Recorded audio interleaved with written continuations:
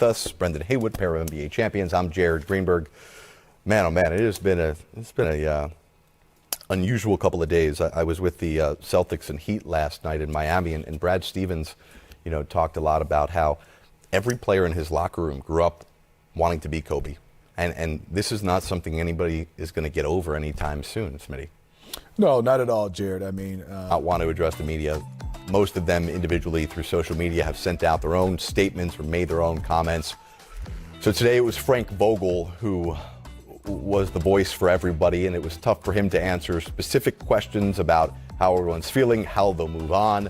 But here is a little taste of what Coach Vogel had to say about the state of his team and how they're trying to heal together. On behalf of the Lakers family, offering condolences to Vanessa Bryant and the entire Bryant family on the loss of Kobe and Gianna. And we are all deeply, deeply saddened by this unthinkable tragedy. And our thoughts and prayers are with you. I also want to offer condolences to the families of the other victims that were lost in this tragedy. Our thoughts and prayers are with you as well. And with that, I'll open up for questions. Coach, how emotional has this been for you and your family at home and your Laker family here? Extremely emotional on both fronts. It's been something that has touched my family, being the father of daughters. It's been very emotional and, something that brings us together. And then as well as the Lakers family. I'm around, the people that were closest to Kobe, throughout his time here.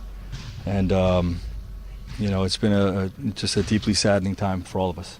Frank, can you describe how you broke the news to the team on the plane and kind of what the sentiment of that moment was like? For me, I just wanted to make sure everybody knew. And, some of them had heard, I've seen the reports, some had not. So it's just a daunting task of just grabbing each guy one-on-one and letting them know. Obviously, the NBA canceled that game Tuesday. How do you know when this team can be ready? And you said it's pulled you together. How do you guard against it breaking you apart and losing focus? I don't think it could break us apart in any way. It's just a feel thing. You observe those around you. You observe your own feelings and emotions, and you proceed at the right pace, at the right time. Frank, has there been talk about playing this season for Kobe, that sort of thing? We want to represent what Kobe was about, more than anything.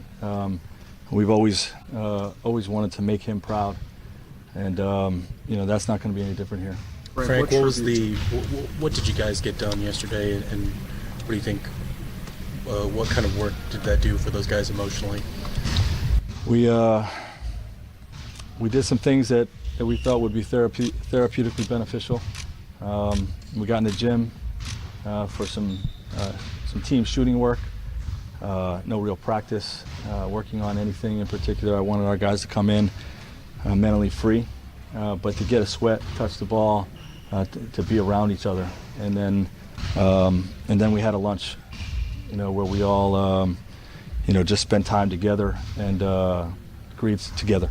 Coach, speaking on behalf of the Lakers, if you had a chance, what would you tell Kobe Bryant? I'm not ready to go there. I really not. Some questions I'm just not gonna be able to answer right now. Coach, you can never prepare or practice. A favorite Kobe story over the years? No, I'm not ready to go there either. Okay. Yeah. Sorry. What have you learned about this team through these last few days and through this tragedy?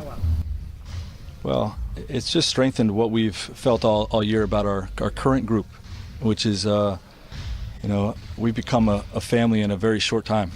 And, it's something you talk about in the NBA with your teams. But this group in particular has really grown to love each other very rapidly. And, we understand the importance and the opportunity we have this year. And, this has just brought us closer together. You speak of being a father to. Sorry, go ahead, Allie. You speak of being a father to daughters, knowing how much he loved his daughters and supported women's sports and all beyond. What did that mean to you? I mean, it's just you connect with that, and you feel it, because it's what your life is about. Him being a father to daughters and being involved in their sports was, the most enjoyable thing, in his life, from my observations, and it's the most enjoyable thing in my life. I love being the coach of the Lakers, but it doesn't come close to comparing to my family time, and so it's very relatable. Purple boom. How have the leaders of your team, LeBron and Anthony, how have they tackled the task of leading this group going forward? Really the same way they have throughout the year. We've collaborated with them on what the next few days should look like. They've been vocal in terms of just helping the group manage their emotions and get through this. What did you do after you left the plane on Sunday afternoon? I went home and hugged my family. Frank, obviously it's tough to kind of do this with us and answer questions about the last couple of days.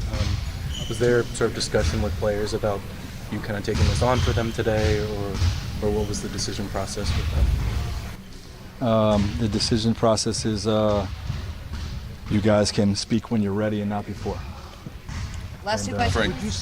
Frank, you've been in the NBA for 20 years, most of Kobe's career. Just wondered what impact you saw on the other players that you coached for, against, trying to prepare a scouting report, to deal with him, all that stuff. Well, he was the most feared man in the league for an entire generation, and the influence is profound, league-wide, basketball community-wide, worldwide.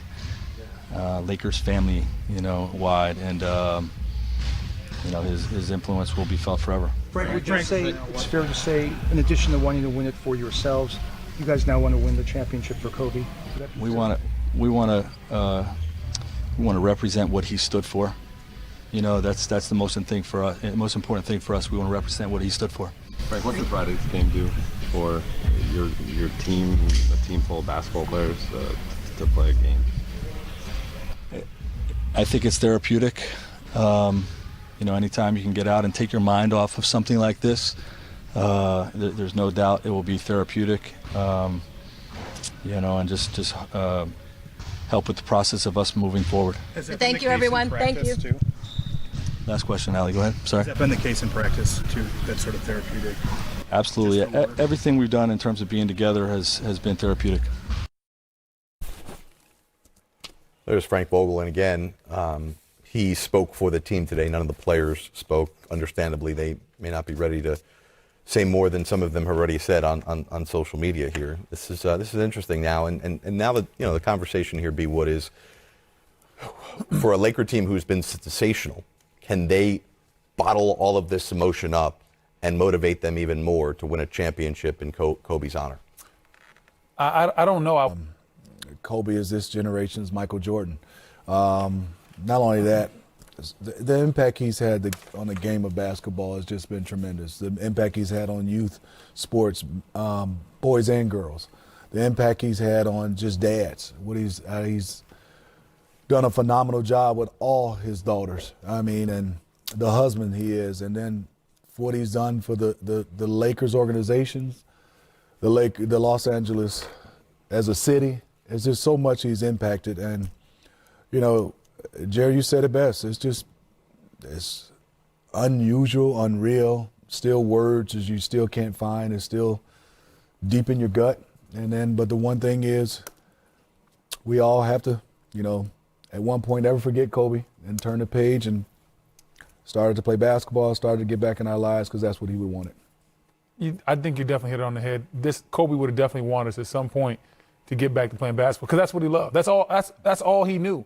That's the language that he spoke, basketball. Until he became like the family man, it was all basketball. Even when he was a kid, I remember Richard Hamilton telling me stories of everybody on the AAU team sneaking out to go to a party Kobe said, no, I have a tough game tomorrow. I have to watch film and ice my knees. Like he was different. So he was wired differently. All he knew was basketball. At some point, we're going to have to get back to that. But it's just tough for everybody to imagine that somebody so young, full of life, that had given so much to the game is gone so quickly. And we were just starting to see the second phase of his life really kick off. We're now seeing Kobe as now being known as a girl dad. Like we were seeing that aspect of it. I really think that the Mamba Academy was going to be something special. I saw clips where he was tutoring the younger generation guys like Kyrie, Jamal Murray, some of those other young players on what to do on certain areas of the court. And they had like blackboard sessions where he had the X's and O's and telling the guys when to cut, what they should be looking for. And that's lost on today's game because a lot of guys go out there and they just know how to hoop, but they don't know how to play.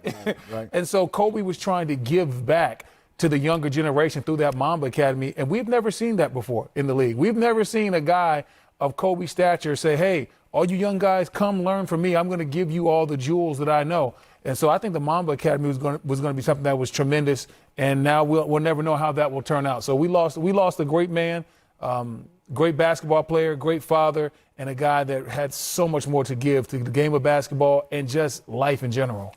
One thing that we were talking about on Sunday when we were on the air and learning of the news was how Kobe's